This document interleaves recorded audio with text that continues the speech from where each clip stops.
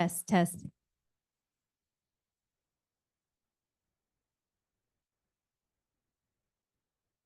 Test, test.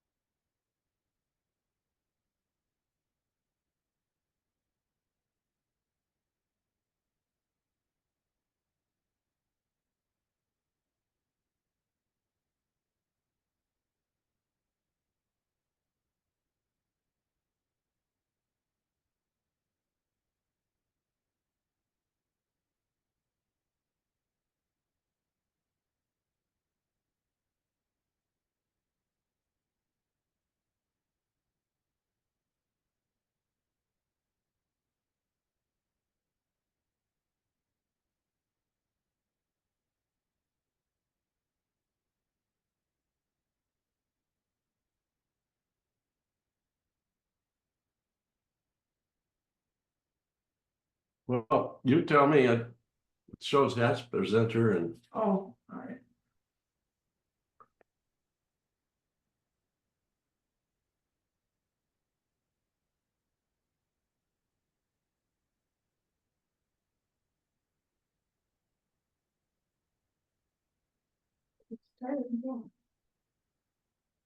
we're supposed to be done to something. Yeah, you want to mute that so they can hear us.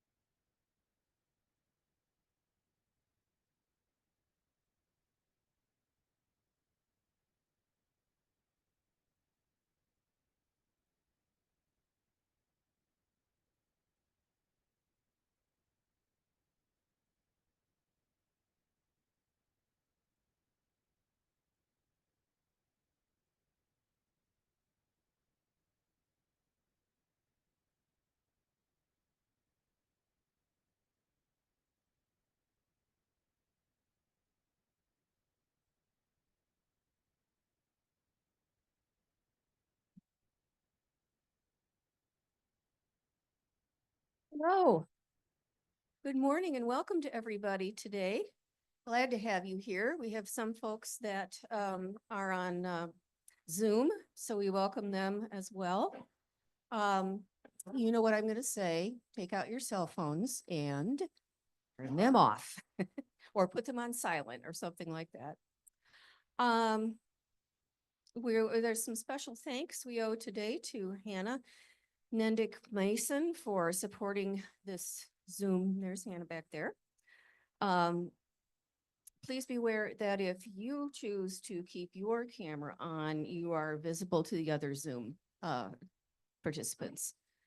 If you have any questions or comments to pose as time allows, I'll kindly ask you to wait for the microphone. I'll trot around with it and speak into it clearly so that all the participants can hear you. Online participants may share any questions in the Zoom chat, and our technicians will relay them on your behalf. And one last note after we're done, if you wouldn't mind pushing your chairs in, that would be appreciated. So I'm going to introduce my friend of 30 years. Doug and his wife Susan and I have known each other that long. Douglas Brouwer has been a Presbyterian minister. He served in churches in Wheaton, Illinois, which is where our paths crossed, Ann Arbor, Michigan, Fort Lauderdale, Florida, and before his retirement, he served as pastor of an international congregation in Zurich, Switzerland, and then did a interim time in The Hague in the Netherlands. So Doug will probably mention that beginning with his childhood trips with his family, he's traveled all his life. He's led mission trips, pilgrimages, and study tours to countries around the world. And in recent years, he's discovered the joys and challenges of walking solo along the various Camino paths in Spain and Portugal. And we'll hear about that today. He's returned twice to Europe. Oh, we already talked about that. Do you want me to mention books? He has quite a few of them. They're all good if you want to know. They include Chasing After Wind, A Pastor's Life, Remembering the Faith, What Christians Believe, How to Become a Multicultural Church, What Am I Supposed to Do with My Life, Beyond I Do, What Christians Believe About Marriage, The Truth About Who We Are, A Letter to My Grandchildren. And he is a frequent contributor to publications such as the Reform Journal and the Inglewood Review of Books. Doug received his undergraduate degree from Calvin University, which was, when he was there, was Calvin College, I'm sure. His Master of Divinity and Doctor of Ministry degrees from Princeton Theological Seminary. And I'm sure we all are anxious to welcome Doug. Thank you, Pat. What Pat did not mention is that, yes, I have led a lot of mission trips, or I've gone along on mission trips, and Pat's children, both of her children, were on mission trips as high school students, and I got to know them through those occasions. I want to begin with a story, and the story will set the stage for what we're going to talk about today. My parents gave me a wonderful gift, and it was not a trust fund, but what they gave me was the gift of curiosity. And as with all or most children, I never said thank you. Although in the last year of my mother's life, this was last spring, we were able to have some conversations about this. And I did ask about what I'm going to tell you. And her response to that was, it was all Jack. In other words, my dad. So she gave all the credit.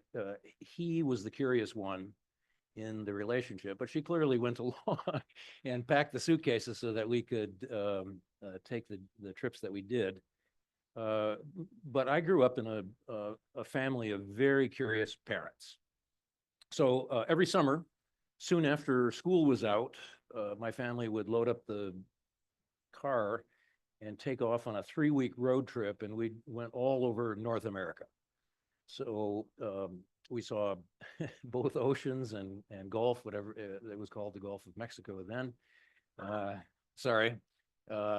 National parks, national forests.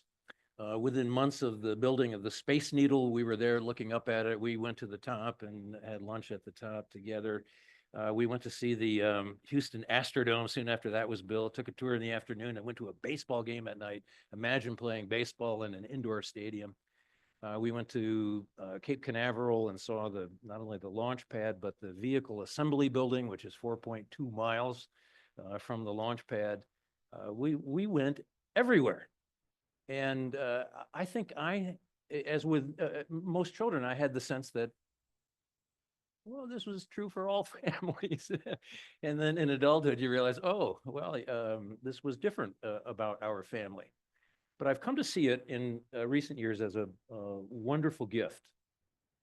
It did occur in the middle of Little League season every summer, which was not good, and therefore I'd never played professional baseball, which had been a dream. But I received something far better from my parents. And when I was about to graduate from high school, my parents said, what would you like as a graduation gift? And I know because they said as much, I know they were hoping I would ask for an electric typewriter so that I could type all those term papers, which were coming up in the next few years. And instead, if you can believe this, I said, I would like to go to Europe. So my parents were not about to let their 17-year-old son traipse around Europe on his own. And I still can't quite believe this, and I know I never said thank you for it. They signed us up. My younger sister and I, the older sister was out of the house at this point, but they signed us up for a 3-week bus tour of European capitals. We weren't rich. We lived in a 1-bathroom ranch house in Southeast Grand Rapids. But for my parents, this was important, right? And somehow that sunk in. When I was out of the house, they continued to travel. They no longer felt constrained to North America. Soon after Richard Nixon went to China and toasted Chairman Mao, my parents were on one of the first bus tours around China, seeing everything that Westerners were allowed to see. They went to South America, the Middle East, and back to Europe several times. Breathtaking to me. And I thought all of that was normal. So after this trip to Europe, first passport and all of that, I continued to travel and explore, right? No. As it turns out, I had to be the first person in an immigrant family to get a college education, and I had to start a career, and I had to get married and have a family. And it was not until I was closing in on my 40th birthday that I received a telephone call. I'm coming to the end of the story now that sets the stage. I received a telephone call from John O'Melia. And I had a mentor early in my ministry who said, the first people to be disappointed in your work as a pastor will be members of the search committee. So John, who was a member of the search committee, said, Doug, let's go to lunch. And I thought, oh my goodness, he's going to say, Doug, it isn't working out. I don't know how to tell you this. Except after we had given our order to the server, John said, it's time to take a trip. And something turned on inside of me, and I said, yes. But the trip he had in mind was a trip to what tour planners and travel companies for the last 100 years have called the Holy Land. So John and I interviewed a couple of tour companies. We hired one, a brochure was printed, and on the front page of the brochure was the word pilgrimage. We were going to take a 10 or 12-day tour pilgrimage of the Holy Land. Well, to a Protestant, the word pilgrimage was odd. I mean, that's stating it nicely. Anything Catholic was suspect. I'm trying to say this nicely. We had a conversation earlier, and I did admit that later in life, I've become deeply appreciative of Catholic spirituality. But at that point in my life, I thought, pilgrimage, how are we going to sell this to Protestant people? Well, as it turned out, 33 people signed up for that first trip to the Holy Land. And since then, I've gone back several times with other church groups. I've gone on footsteps of Paul, pilgrimages to Greece and Turkey. There was even a pilgrimage to Scotland to explore the roots of the Presbyterian Church and the Scottish Reformation. Pilgrimage, at that point in my life, thanks to John O'Melia, became a regular part of my life. So at this point in my life, I've started to ask the question, what is it that is engaging me? What is it that compels me to participate in this behavior, Catholic or not? I want to say, by way of a disclaimer, that sometimes a vacation is just a vacation, right? And vacations are important and necessary, and I've had my share of them over the years. I like to go and sit and do nothing, stare at the water, read a book. I get that. But let's talk about the difference. Let's begin to talk about the difference between vacation and pilgrimage. So on vacation, a person goes to get away from life. I understand that. I've been there. You probably have too. On pilgrimage, one confronts life's most important questions. Tourists like to change their environment. They go from snowy Michigan to sunny Florida. Pilgrims let the environment change them. Tourists go to escape life, as I said. Pilgrims, remarkably enough, embrace it. And we'll talk more about, I'll give some examples of what that means.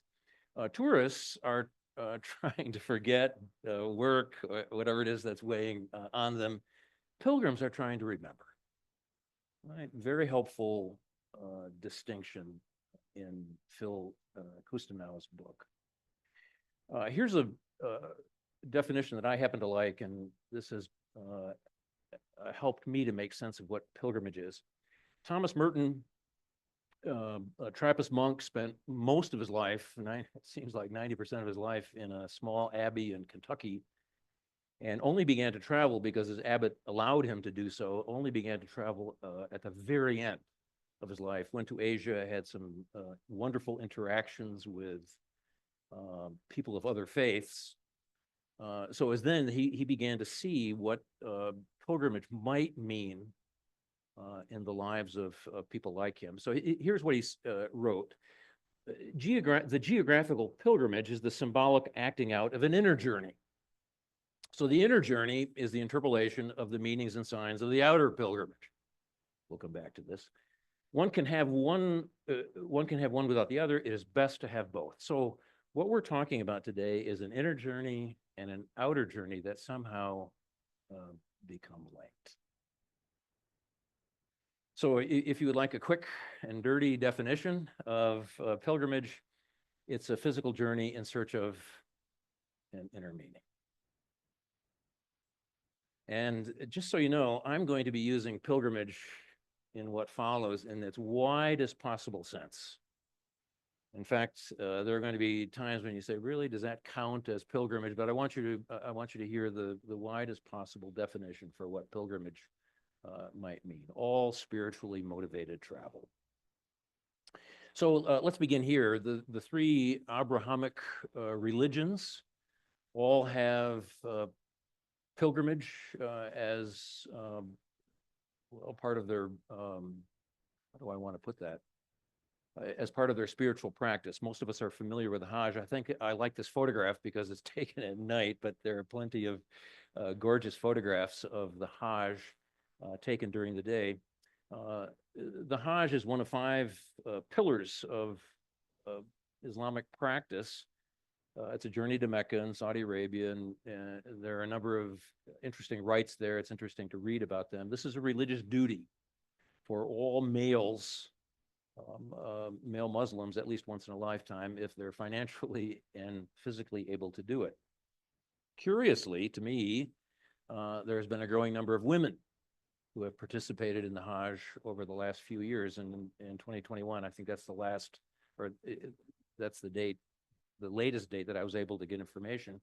40% of the pilgrims to Mecca were women. So things are changing in Mecca at some level.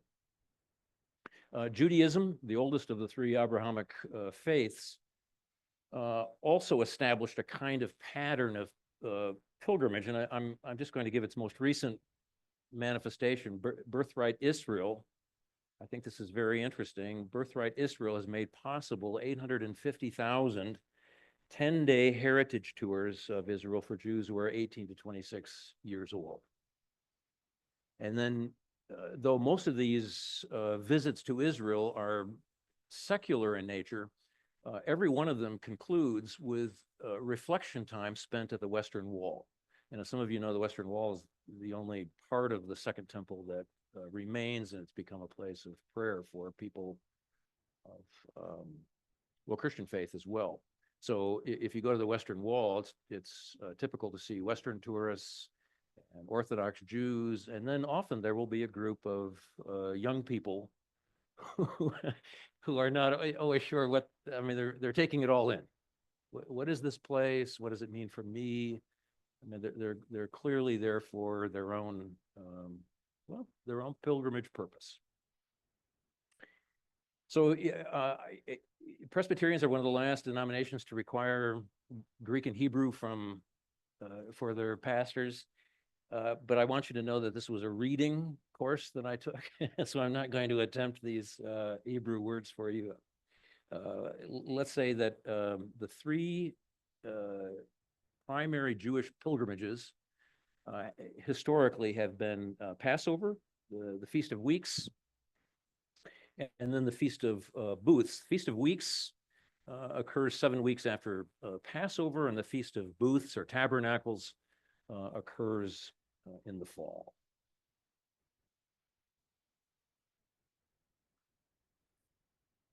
Before we get to Christianity, I want to take a tour outside of the faith that most of us probably know best. In fact, some of you have probably been reading about this since it's ongoing since last month, the Kumbh Mela in India. Have you read anything about this? It's remarkable to me that Americans know so little about this, and I would not have known about this had I not started research for my book. The Kumbh Mela often attracts up to 400 million people to a spot on the Ganges River every 12 years, although I don't fully understand how this works. Every 3 or 4 years, there are some smaller gatherings, but every 12 years, there is a gathering. Well, it rotates in a number of different places, but this is the Ganges River. Back on January 14, an article appeared in the New York Times about this. So, and there it is, 400 million Hindu pilgrims are gathering for bathing rituals in the Ganges River.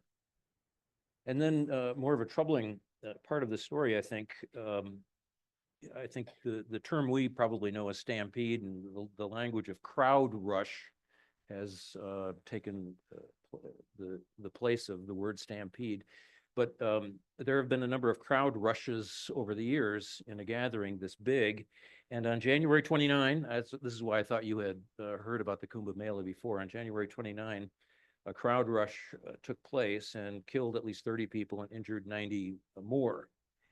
In 1954, a similar, excuse me, a similar crowd rush took place, and it killed hundreds of people in virtually the same place. One of the largest losses of life ever recorded at a religious pilgrimage destination.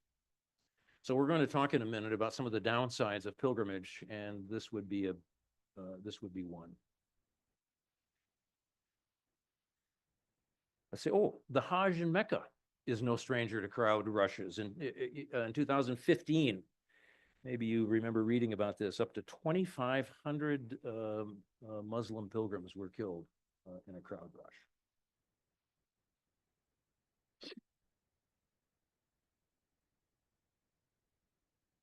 So, okay, Hinduism has its own form of pilgrimage, but Christianity and Roman Catholicism in particular has the largest number of and most visited pilgrimage destinations in the world.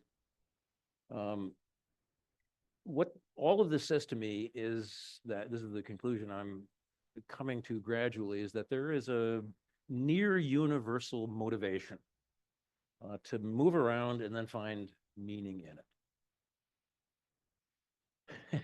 Please don't laugh. Although I'm, okay, I am too, but so, and given the quasi-religious devotion of Elvis fans, maybe this is a spiritual pilgrimage, but think of that, 600,000 people a year visit Graceland. It's harder to know how many people visit Strawberry Fields. This is a 2.5 acre park that's been set aside in Central Park. It's very close to where John Lennon was murdered outside his apartment building, the Dakota. Harder to know how many people visit here because they don't register and pay a fee and so on, but it must be a similar kind of number. And then maybe the ultimate secular pilgrimage destination is Burning Man. Before COVID, the number of people who participated in this reached 78,000. It fell again. It fell because of COVID, and now it's growing to about that size once again. Burning Man got its start in 1986 on Baker Beach in San Francisco, and then later moved to the Black Rock Desert in Nevada, and just continued to swell in size. Are you familiar with Burning Man? We do here. No. Well, I'll forgive you for not knowing about the Kumbh Mela, but I mean, this is an astonishing gathering. I'll forgive you for this.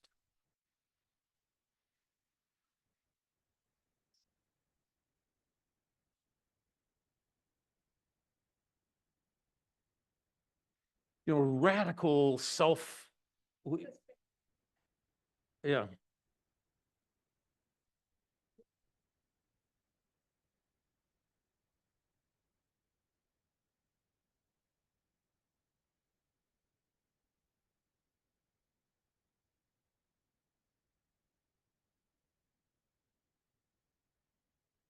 It became as a very, if you will, anti-Western,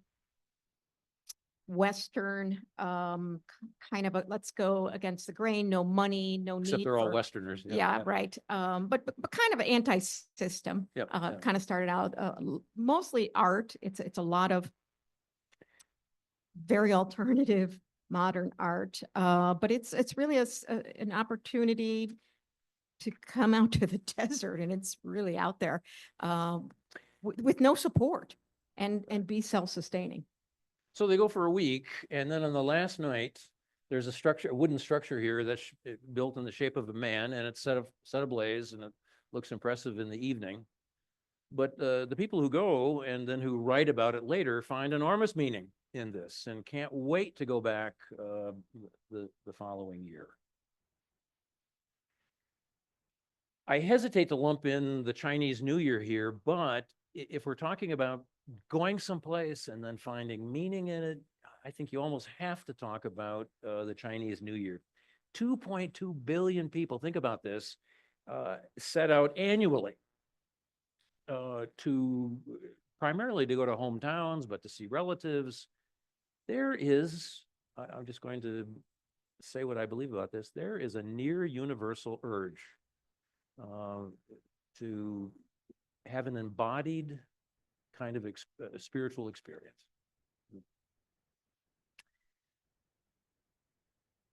There you go.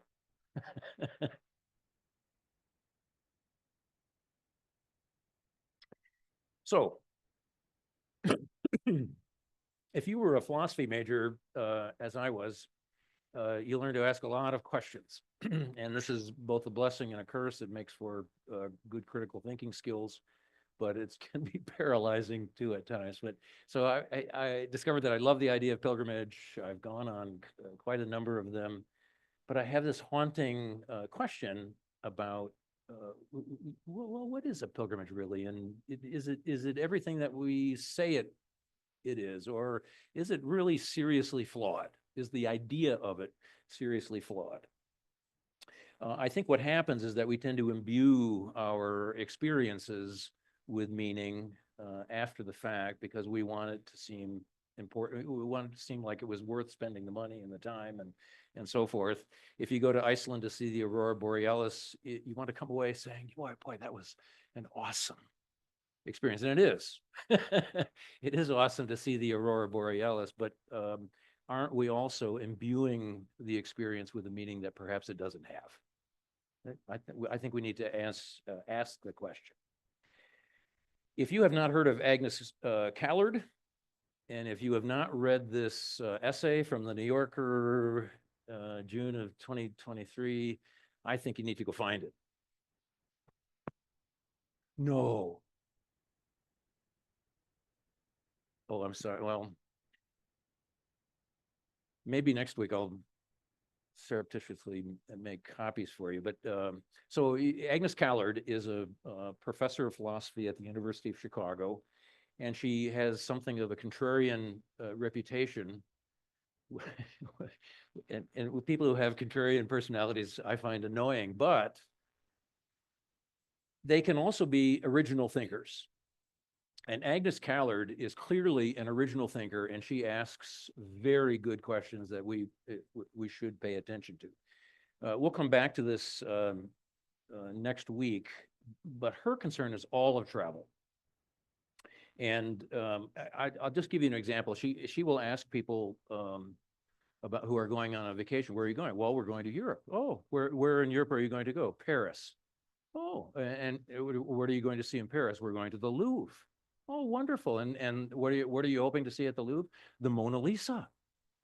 And then Agnes Callard gives the statistic that most people spend on average 15 seconds in front of the Mona Lisa before they're, the crowds move them along.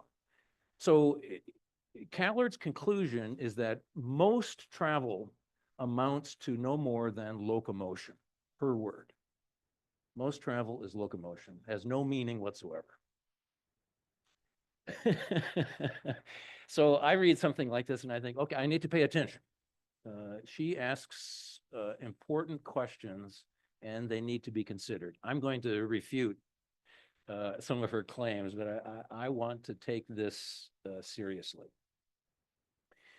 But first, let's look at the problems with pilgrimage. And my comment is, how much time do you have? How much time do we? Okay, we have time to do this. Pilgrimage is expensive and time consuming. When I walked my first Camino in 2019, I had to buy a whole bunch of gear or some wonderful shoes that got me through. Backpack, since I'm not a backpacker, I had to buy, anyway, brand new equipment. I had to buy a plane ticket. It was an expensive proposition.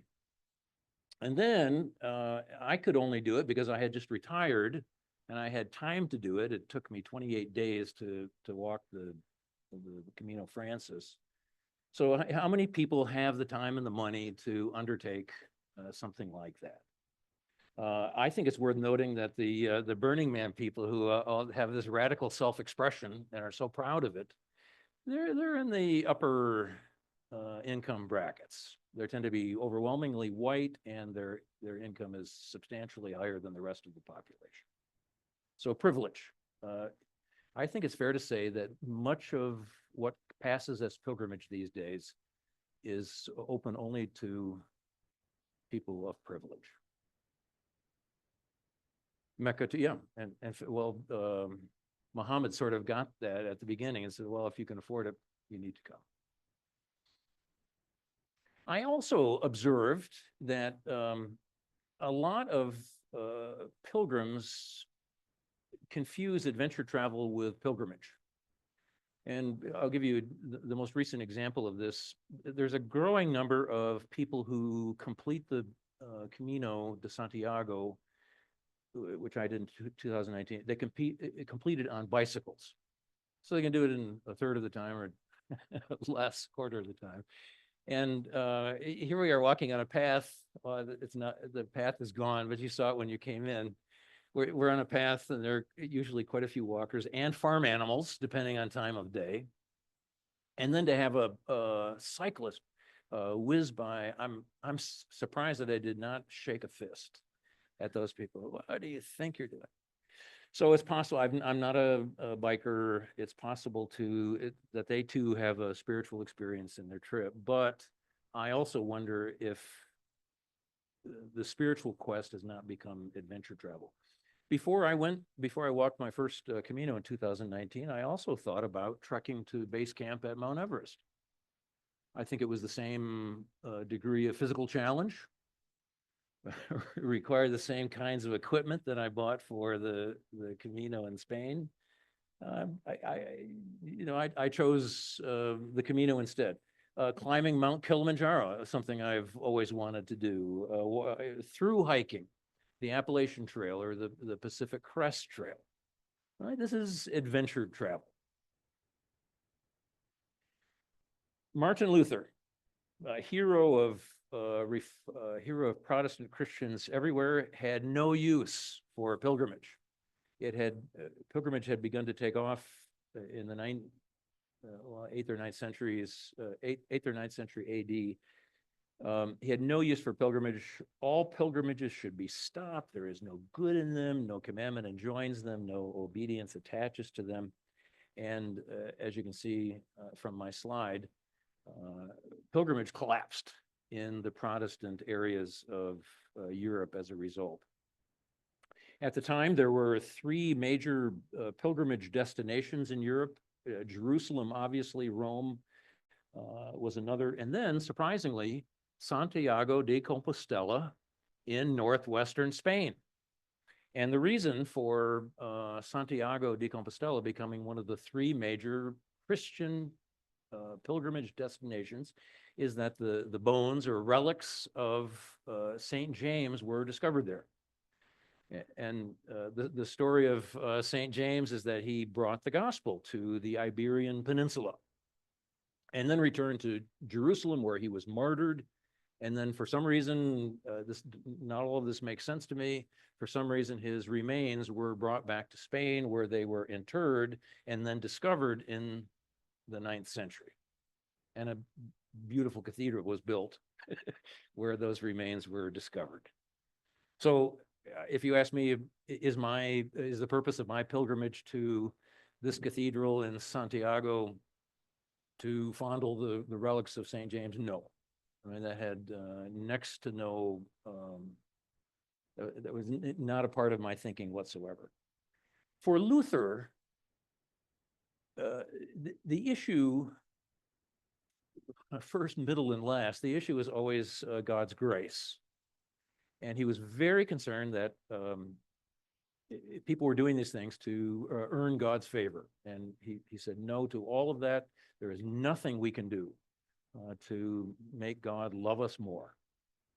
And I think he was genuinely worried that pilgrims were out there trying to demonstrate how faithful they were to God. What he did not seem to grasp, and we had this conversation, Leona and I had this conversation earlier on, What he did not seem to grasp is that there is this embodied nature to Christian faith, and Protestants, especially the Calvinist Reformation that I'm a part of, tried to make faith a cerebral experience. So what do you do when you go to church? Well, you think hard about what the preacher is saying. And was it a good worship service? Yes, the pastor gave me a lot to think about today. But getting up out of my seat or kneeling, going forward to receive the sacrament, no. I'm just going to sit in the pew and I'm going to think about my faith. So the legacy of the Reformation for many, many Protestant Christians has been a cerebral kind of faith. And so it seems to me that what Martin Luther missed, and probably for good reasons, as we'll see, what he missed is that there's this urge to act on your faith, to do something in an embodied way. And so going forward for the sacrament during worship would be one example. Kneeling would be another. And in the case of many, many pilgrims over the years, it's also walking somewhere, talking with people along the way and finding meaning in that experience as well. Did you want to say? Oh, singing. Well, actually, we can't fault Luther for that. He was a proponent of singing. Okay. No, Luther left a good legacy of song. And that's not a left or right brain? So it's not completely a cerebral experience. Okay.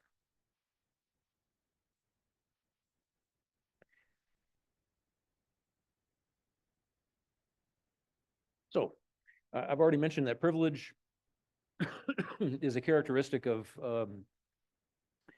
most pilgrimages today. But there's also the fact that most popular pilgrimage destinations have become overcrowded and commercialized. The Lourdes, I confess that I didn't know much about that until I started preparing for this, but Lourdes is a place where the Virgin Mary made a number of appearances to a young girl, and now people go in large numbers, as you can see, to have healing experiences. Lourdes is at the base of the Pyrenees on the French side, and it's actually a small town. I've never been there, but there are 15,000 people in the village. But every year, 500,000 pilgrims descend on this village, and in some ways, the village could not exist without the money that pilgrims bring. This is also true, by the way, for Santiago de Compostela, as we'll see on a slide in a minute. Santiago de Compostela is a lovely university town in northwest Spain. I don't know where I'm pointing. And so if you own property in Santiago de Compostela, are you going to make your property available to students at the university? There's a fine university there. Or are you going to make more money by offering the property to tourists? And what has happened is that tourists use all the available property, and the university there is struggling mightily. This may not seem like as much of a concern to you, but it's certainly noticeable to me. If you see a pilgrim and you see a tourist, it's hard to tell them apart, either in how they dress, how they act, the souvenirs they buy. I mean, tourists to me look exactly like pilgrims, and vice versa. And then beyond that, I guess this falls in the category of adventure travel. When I did arrive, here's the blow up version of that. When I did arrive in Santiago, I threw my arms in the air, my hiking poles, and I did it. I walked 500 miles in 28 days, and I did it without blisters because my daughter took me to a shoe store and got properly measured. But I was very excited to have accomplished this thing in my life. Was there any religious significance? Can you see anything deeply spiritual about the look on my face? I don't think there was at that moment. I was so pleased to have arrived. And I can reveal this too. I could have arrived the afternoon before I think I was within, I don't know, 8 or 9 miles of Santiago. But I wanted to arrive at noon for the Pilgrim Mass, which we'll look at in a second. And I will say that the Pilgrim Mass quickly, the Pilgrim Mass at noon quickly reoriented my feeling about what I had just accomplished. So the inside of the cathedral at Santiago de Compostela is gorgeous, but what it's most known for is the Barafamiro, and many Catholic churches, Anglican too, have a censer, and not only is there a pleasing incense, but also it represents prayers rising to God and so on. Well, the Santiago, the cathedral at Santiago de Compostela has an enormous Barafamiro. And the smoke, the incense becomes overwhelming at times. And I've got a little video. I took this last October, though. I walked the Portuguese Camino in October, and I had my phone out. So it takes, I don't know, 10 guys have to help to swing this. Oh, I would like to go back. I mean, you have to look carefully, otherwise you'll miss it.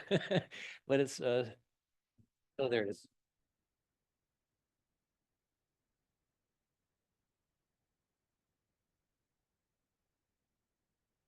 So here's the story of the Barafamiro. Over the centuries, pilgrims would arrive in Santiago de Compostela after weeks of walking, and they didn't smell very good. So you know where I'm going with this. How do you deodorize the inside of the cathedral? And what they came up with was the idea of swinging the censer over the pilgrims, and that's its history. Not a deeply spiritual history. All right, thanks for thinking that's funny.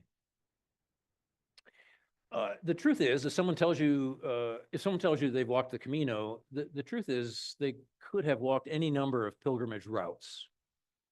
And all of these routes converge on Santiago de Compostela in the northwest part of the country. I'm going to try to use the, oh, there it is.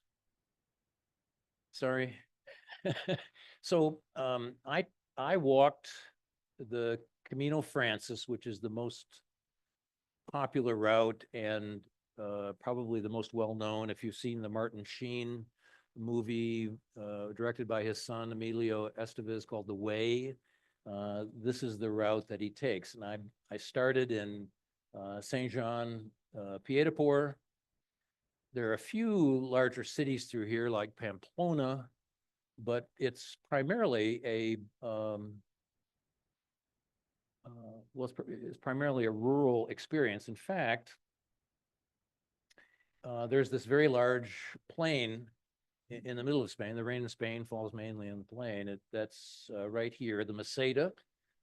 Doug, sorry to interrupt, but for the purposes of people watching over Zoom, they can't see the pointer. Could you also describe, I'm pointing at the top right corner when you use your pointer? Thank so you. that people at home can Thank understand you. too. Thank you. Sorry to our Zoom participants.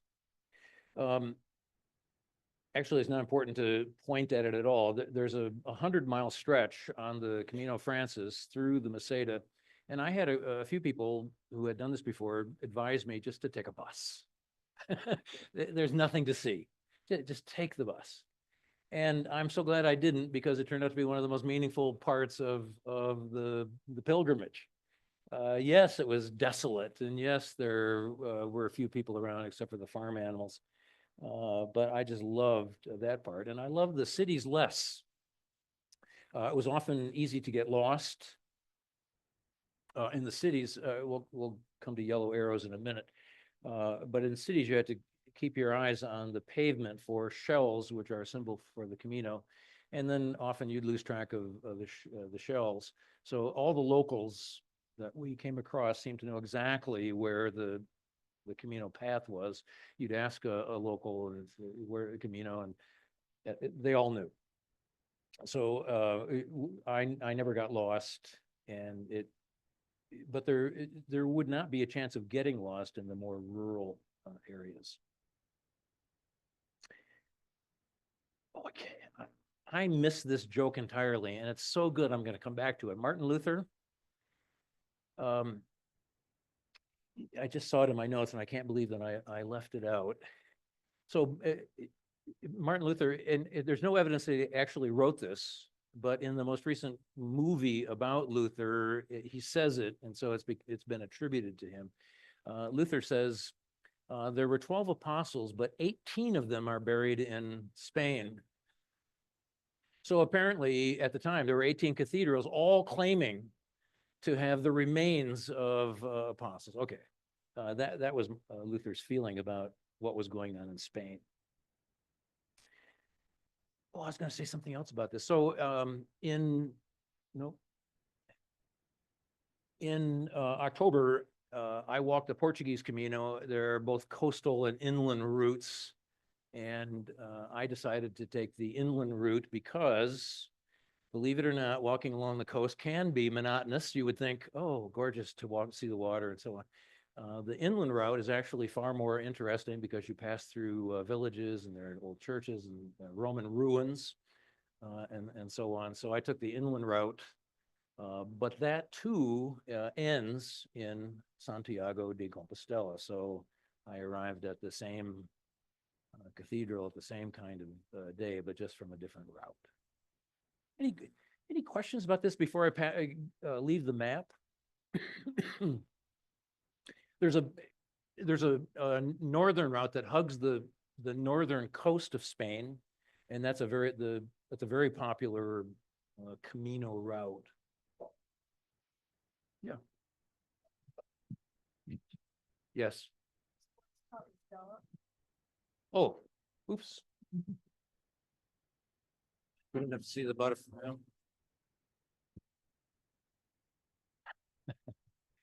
So where is it? Where is Santiago de Compostela? Again, I apologize to the Zoom. Okay, I'm going to folks. describe what you're pointing at. So you're pointing to the top left corner of the map where all of those colors converge. That is Santiago, right? So what color was your route that you took on this map? The red. Okay. And So- it goes from the top right across to the top left. Right. I started in the French village called Saint-Jean-Pied-de-Port, French side of the Pyrenees, and ended 500 miles later in Santiago. Yeah, I have a story to tell about that too, and I can't resist telling you. I think we have time for this. So I flew into Charles de Gaulle Airport in Paris. I took actually 2 trains south, one to Bayonne, and then the shorter distance to Saint-Jean-Pied-de-Port. Flights to Europe, as you know, are overnight flights. So I arrived early in the morning, spent 7 or 8 hours on trains getting to Saint-Jean-Pied-de-Port, and I had a place to stay there. The wise person would have spent the day walking around this lovely medieval village called Saint-Jean-Pied-de-Port. Nice shopping, would have been a very relaxing day, but I am not a wise person, as it turns out. I said we learn a great deal about ourselves when we make pilgrimages. The very next morning, I had trained for this, I was ready for it, and I was determined to set out. It was a big mistake. I went to the post office first. It didn't open until 9, but I wanted to send travel clothes and other items on to Santiago because my backpack was already heavy enough. Then I had to get my passport stamped. You needed 2 passport stamps per day in order to get your certificate at the end. Anyway, it was late morning by the time I set up. The first day consisted of 16 miles. I can't believe that I thought this was possible. And I was 5 years younger. So maybe that's how I thought that. Anyway, what I had not anticipated was that this was straight up. I had to get to the top of the Pyrenees. And the change in elevation is nearly a mile. So, I don't know, 4,500 feet. Well, by late afternoon, I was feeling, I was dehydrated. it was unexpectedly warm. I was walking on February 28th, and the temperature soared into the 80s that afternoon, which is not brutally hot, but it was unexpected for me. I was coming from Michigan, and I was jet lagged, and the sun was going down. It's 5 o'clock in the afternoon. I had 6 miles or so to go to reach the monastery at the top of the mountain. And I can laugh now, but this was a moment of terror for me. There was no one else around, all by myself. So foolish, right? Go ahead, say it. I know now. So I'm getting to what pilgrimage does for us. So I never camp. You know, those 3-week road trips with my family. Our idea of camping was the Holiday Inn. And so I rolled up my rain poncho next to the path, and I rolled out the sleeping bag on top of that, and I slept next to the path. And I thought, okay, I'm guessing the bears and other wild animals have been hunted to extinction in this forest, but I didn't know that. I'd never camped, so I think the good news is that I had no food, so I was not of interest to any wild animals that were around. And I actually slept pretty well that night. I woke at 6 o'clock, rolled up my sleeping bag, and continued into Roncesvalles, where the monastery was, and had breakfast. So, first night out, I learned maybe the most important lesson I was to learn on this entire pilgrimage, and that it was a serious matter that I had to confront about myself. And I won't bore you with all the details about this, but I can't do everything that I imagine myself doing. I think that's the kindest way to put it. I survived. There's a difference. I did complete the walk. Terrified. I think there have only been a few other. I mean, I'm a white male, strong. I have not been afraid very many times in my life, and I was afraid because I was out of control. Didn't know what I was doing. There was that. I was hungry, exhausted. I think the first night of my Camino walk, I learned the biggest lessons I was going to learn for the entire pilgrimage. And it wasn't pretty. So thanks for empathizing with me. But that was very, very difficult to confront.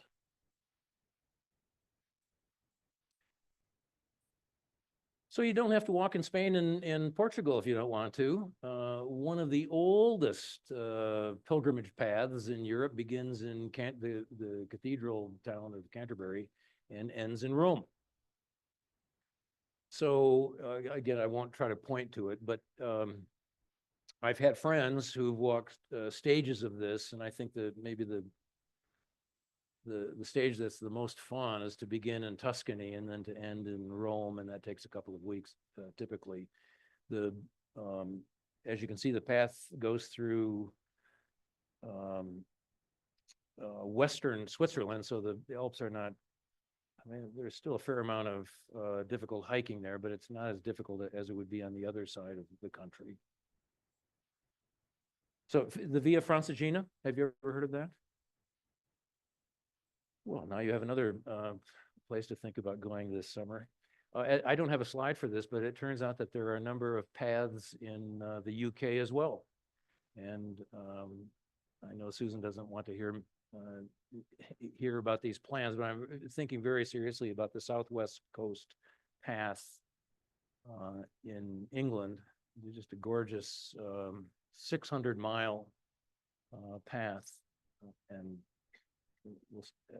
I'm not going to carry a backpack for that one. Where do you stay? Typically, pilgrims stay in albergues or pilgrim hostels. This is a pretty good example of what they look like. And someone told me that their grandmother, no, there's a book about grandma who walked the Camino, and she was lying in bed next to other men, closer than to her own husband. We were very close together in these albergues, and there were people who snored, and it was very unpleasant at times. I stayed most nights in albergues and occasionally would treat myself to a small hotel, and then I would have a bathroom to myself, and that was an amazing gift to myself. This is more than you asked about, but typically my day would begin very early. I didn't leave before sunup just because I didn't have a headlamp. And anyway, I didn't leave until sunrise, and my day of walking would be over by 2 or 3 in the afternoon. And then I would wash my clothes. I had 2 sets of clothes, wash one, wear one. And then the rest of the evening was spent talking with other pilgrims, which turned out to be the high point. The low point was on the mountain and on the Pyrenees, and the high point was meeting other pilgrims. In the 9th century, there was no GPS. It's hard to believe. How did they function at that time? But in the 9th century, pilgrims left yellow arrows behind. I've used this as a sermon illustration for a congregation. It was well received. I said, "You are yellow arrows." I mean, that was the point of my sermon. But literally, in the 9th century, people would leave directions behind. If you want to get where I think you're going, this is how to get there. So you all are yellow arrows to your children, to your friends. And as I said, if you're out in the country, it's easier to keep track of these yellow arrows. In the city, it's somewhat harder. Oh, in October, I downloaded an app to my phone, so I had GPS for that walk. And I don't know how we're ever going to go back to yellow arrows, because that really was I spent too much time looking at the phone, and that's a downside. But if I walked 20 feet off the path, it was clear from my GPS that I was not going in the right direction. So I have a suspicion that all future pilgrimages are going to be done with a GPS in hand. So I'll warn you that if I cry during this presentation, it's going to be in my description of this. The Cru de Ferro. The Cru de Ferro is found fairly close to Santiago, maybe about 60 miles from Santiago. And it was built in the 15th century. There's not really clear when, but I think about the 15th century. And it's at the highest elevation along the way. And pilgrims, if they've done any reading at all before they leave, will take a stone from home. I thought my backpack was heavy enough, so I took a little piece of driftwood from Lake Michigan. But anyway, I was prepared for this moment. And as you can see, it was quite a foggy morning. And what happens is that this is a ritual that everyone enacts, seemingly without any training or preparation. You get your stone or piece of driftwood out of your backpack, and you walk up.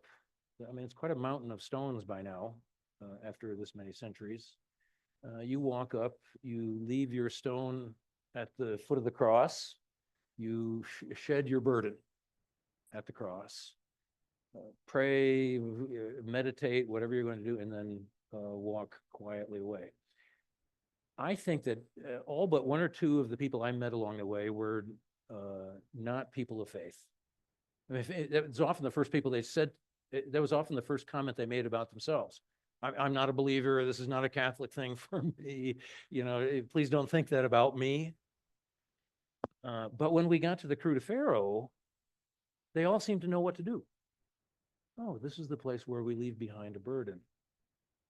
And so, I mean, this goes back to my earlier point about, I think that there is something in the human soul which needs to embody the faith, which needs to act out something. I think we're drawn to ritual. And there's something very powerful about this particular ritual. And I just about got through it without a tear.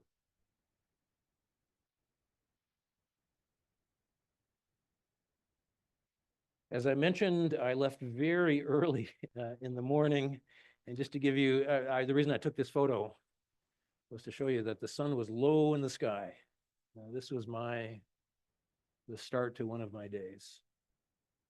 Now, the high point of my pilgrimage, the low point was that first night. The high point of my pilgrimage was the people I met along the way. And so I'm just going to tell you about a few of them. Early on, I met a man from Ireland who was walking with his father. There were lots of parents and children walking together. A man was walking with his father. He had lost his marriage and his job to alcohol. And he was stripped bare, emotionally speaking, spiritually speaking, and he was out there trying to think through his life again. Ooh.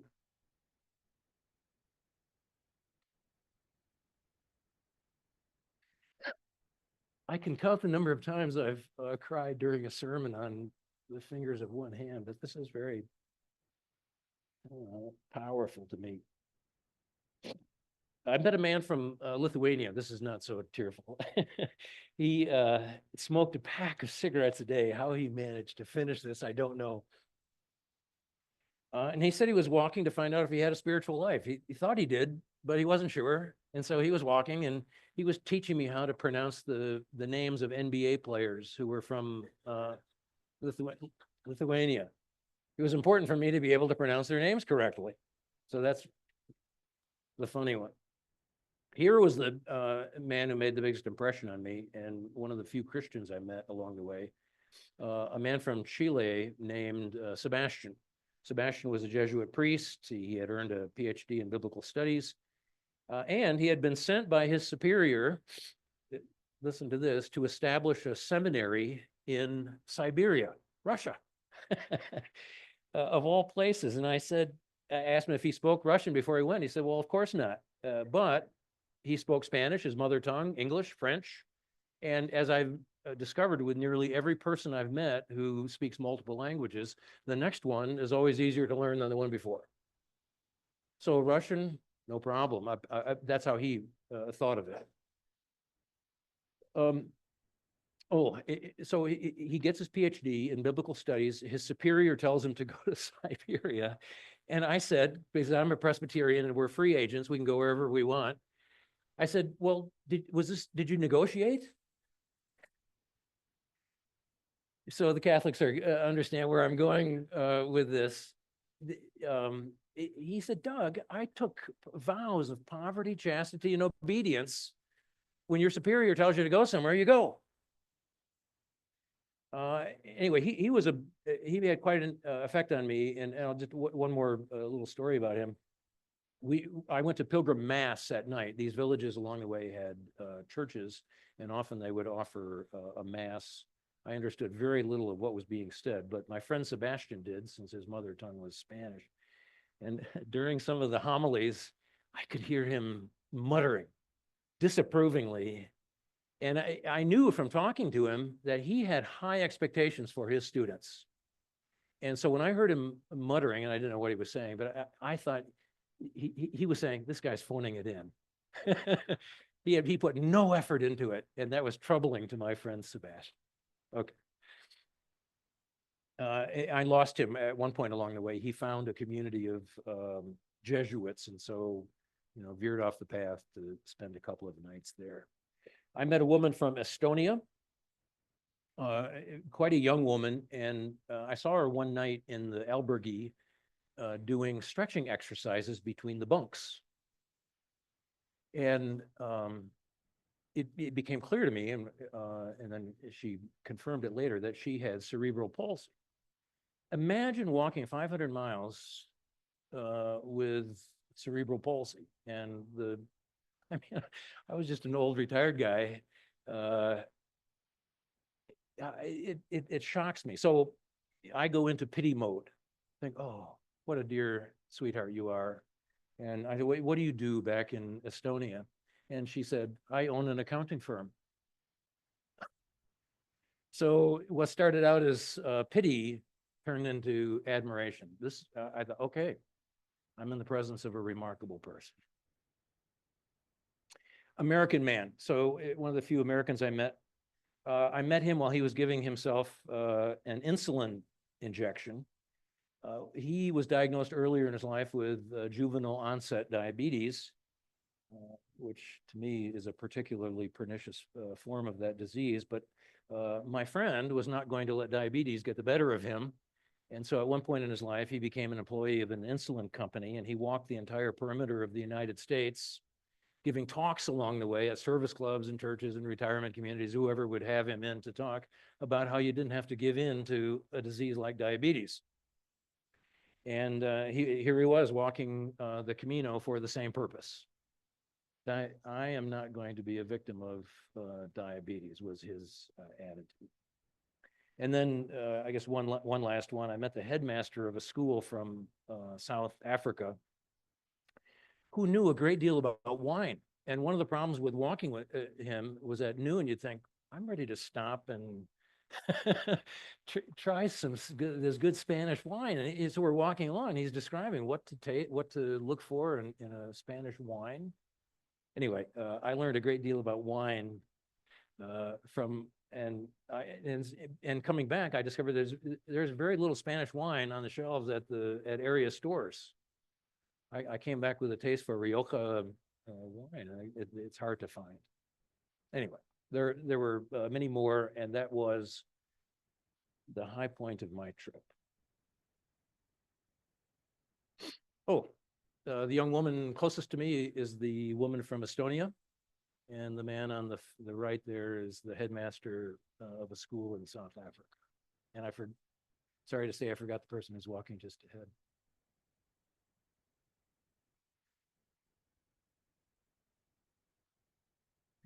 How many days? This was for me, 28 days, which was ridiculous.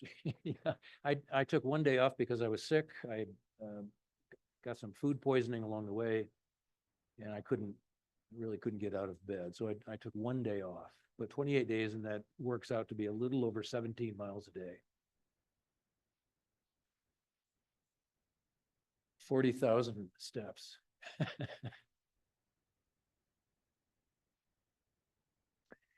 I think that if I were to do it again, well, I'm 5 years older, but I think I would have taken my time. Many others also, when they reached Santiago, kept going. So they walked to the Atlantic Ocean, Finisterre.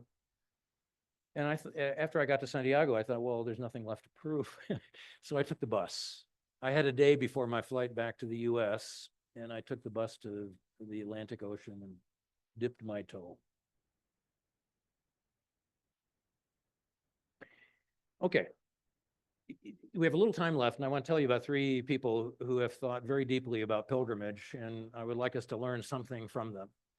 And these are people who were not people of privilege.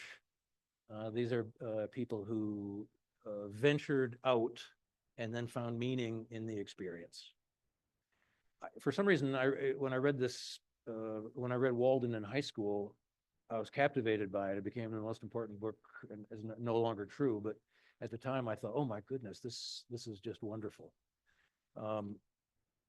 So famously, Thoreau spent 2 years, 2 months, and 2 days near Walden Pond. He built a house on property owned by Ralph Waldo Emerson, who was a good friend.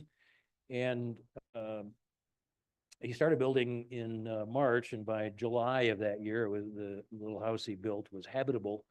And he stayed there and then went for daily walks near the pond. Have any of you, I have not been to Walden Pond. Oh, okay. You know, that's a pilgrimage I need to make too.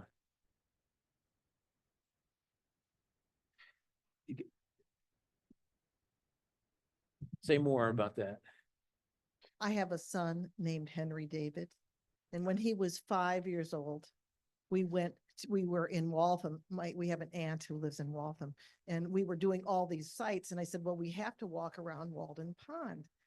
And my husband said, let's leave Henry with Aunt Anna because he's too little.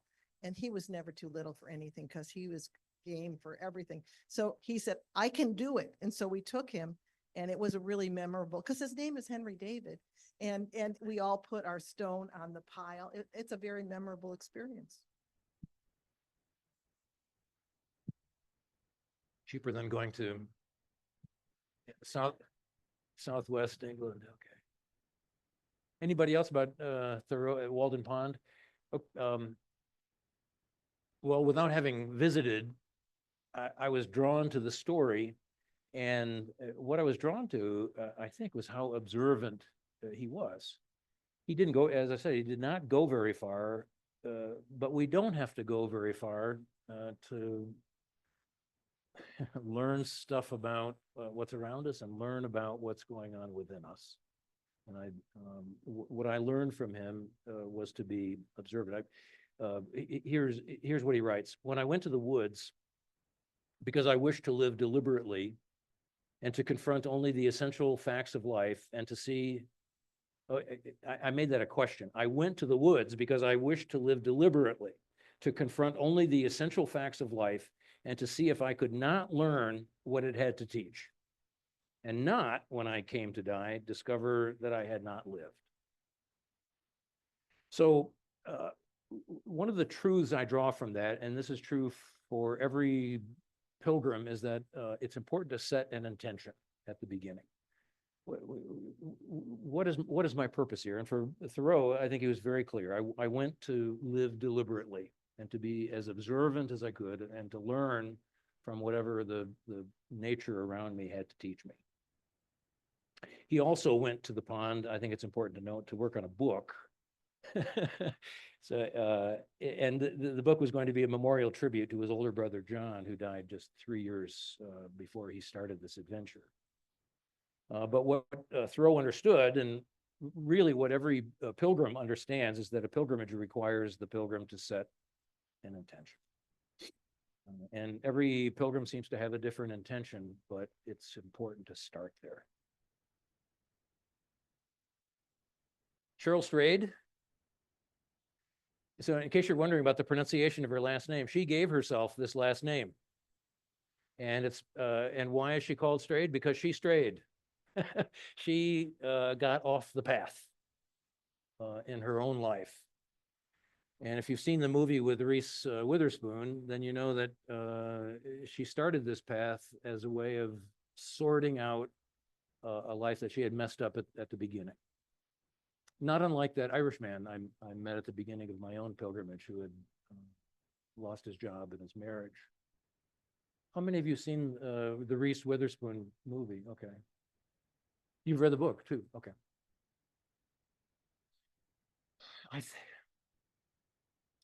I'm not a movie critic, so I hesitate to. I wonder if the movie did the book justice. That always a question that comes up. Maybe a movie can't get to the depths of what happens when you set out on a walk like this.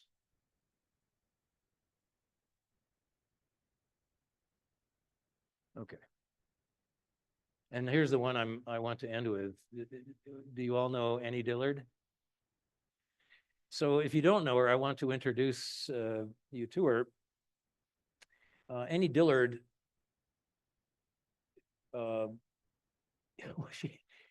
she never ventured more than 2 miles from her home. Is it West Virginia? Is that where she was? On the East Coast. I'm not going to get the mountain range right either, but I'm very familiar with her prose. In fact, I used to quote from it all the time in sermon, and I'm sure people thought, oh, can you ever read anything other than Annie Dillard? But she had a powerful, she had a powerful effect on my life. So Dillard found that spiritual meaning is not to be found by flying to a exotic destination, say in Spain or Portugal, but by being intentional, which is what happened with Henry David Thoreau as well. So she would walk along Tinker Creek and the various paths around it, and she would observe the natural world, and what she observed astonished her. She saw in the natural world cruelty, talking about animals here, that she did not expect to see. And not only did she observe it, but then she reflected deeply about it and drew some conclusions about that for her view of life.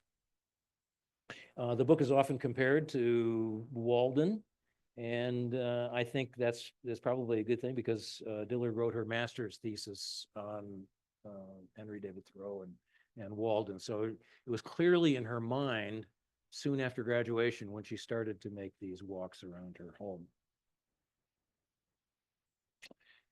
All right. If I can convince my wife of allowing me to do this, my plan is to walk next September or October along the Southwest Coast Path in the UK. It's 600 miles long. I don't think I'm going to do the whole thing, but it's along a gorgeous path. Cornwall is one of the better known destinations around there. And if you've been to Cornwall, then you know how beautiful it is. But the key there is for me is partly the adventure of it and never having been there. And I still have my parents' tapes running through my mind, but it's also to be like Annie Dillard, to observe and to listen, to get to know the other people who are walking with me, to make these discoveries. And I'm planning not to spend a night on the path. Before I say what I plan to do next week, I'm wondering if there's anything else, any other discussion about pilgrimage.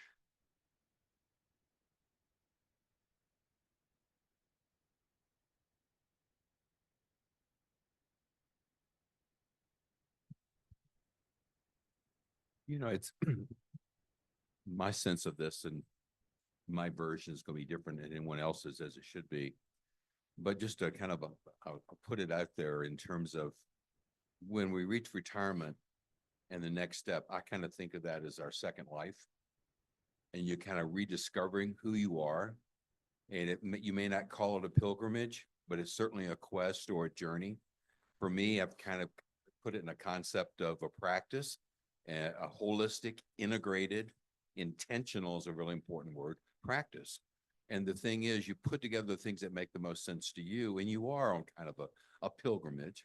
Spirituality may be a part of that, should be a part of that, but it's also about reading. It's about intellectual curiosity, i.e. HASP, which is one of the reasons why I enjoy HASP, but it's also travel.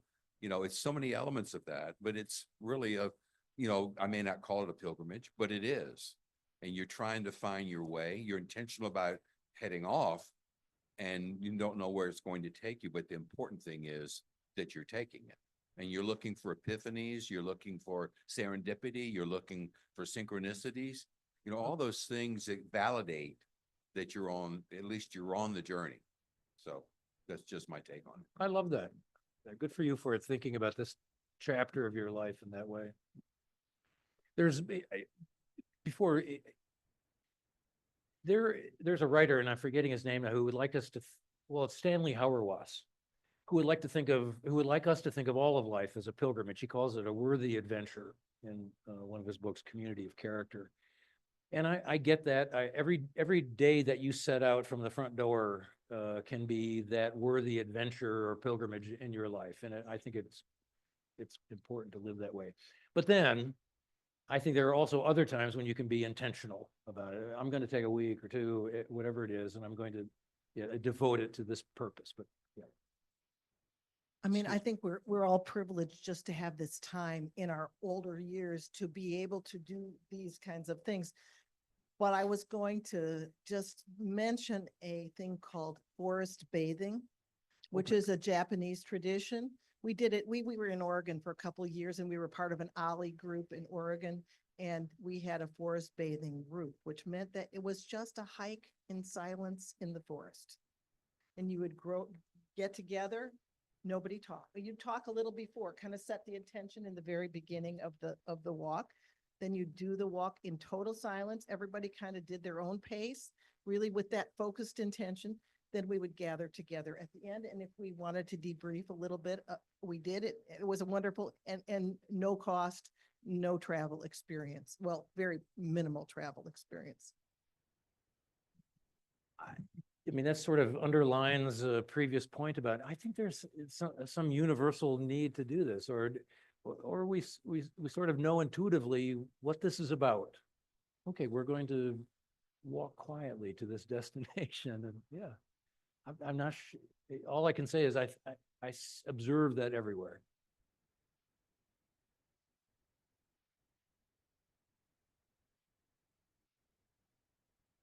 Oh, yes, one.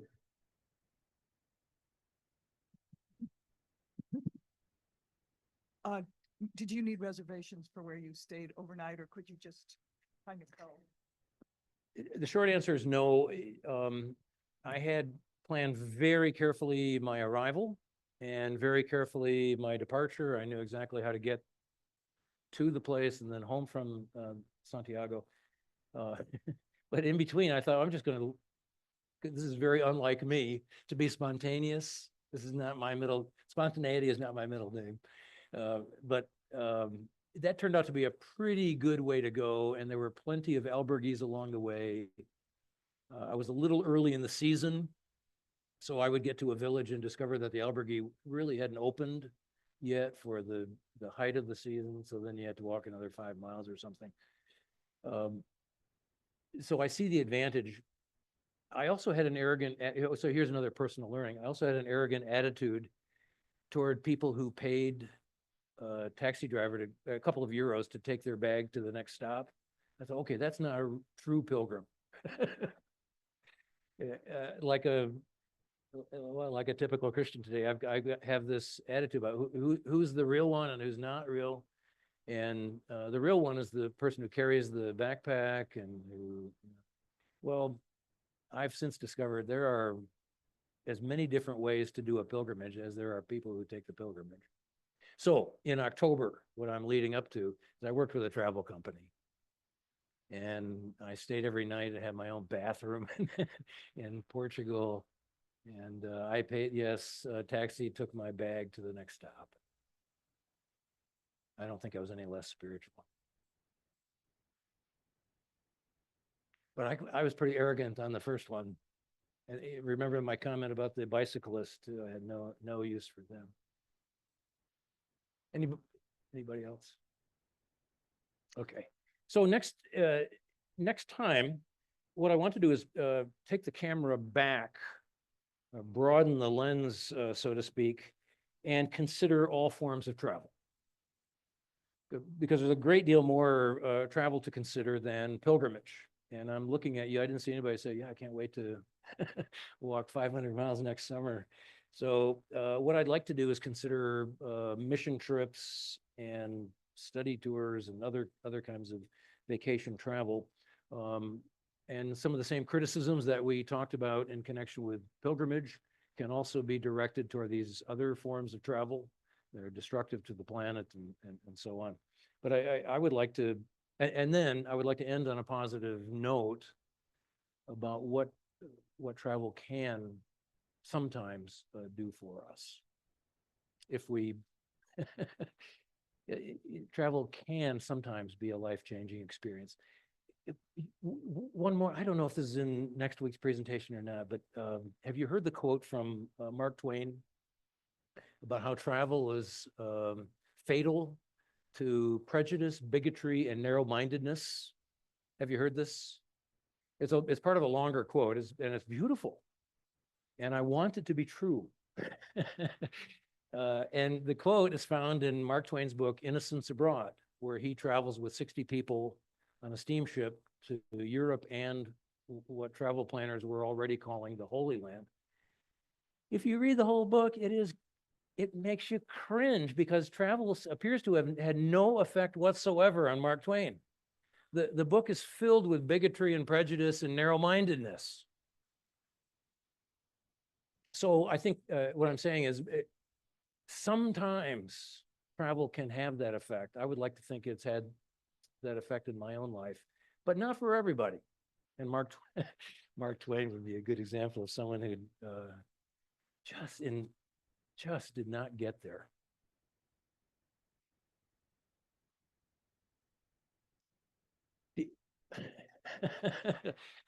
There you go. Yep. I'm just going to repeat that for the people who didn't hear it at home. Debbie said, does it remind you of that quote, wherever you go, you're still there? I have a question from the chat, which is, What does your family think about your being gone for extended periods of time? You can ask her,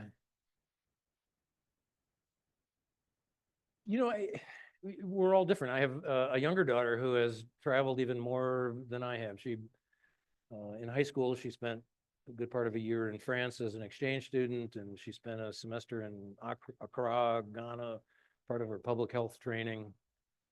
She's been to Mongolia and all over the world. So she has some of my genetic material. An older daughter loves Minnesota. I don't think she'll ever leave Minnesota. Just no similar desire to go places.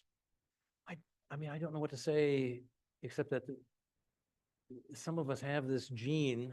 Well, we're out of time, but researchers have identified an adventure gene.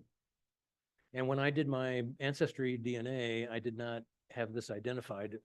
I don't know if I have it or not, but about 20% of the population has this adventure gene. And apparently this lies behind a lot of the migration that's happened over the years, the centuries. So curiosity, the kind I'm talking about today, has both a genetic component and an environmental component. It helps to have parents who did what my parents did, but as I just mentioned, not both of my children didn't pick up on my habits. That doesn't answer the question, does it? What do they think? I don't know what they think. I'll tell you this, it wasn't until whatever age I am now, late middle age. It wasn't until my age now that I've thought deeply about this and have come to see that what my parents gave me was a great gift. I think 20 or 30 years ago, I was not aware that they had given me such a wonderful gift. All right, I think that should be it. Thank you.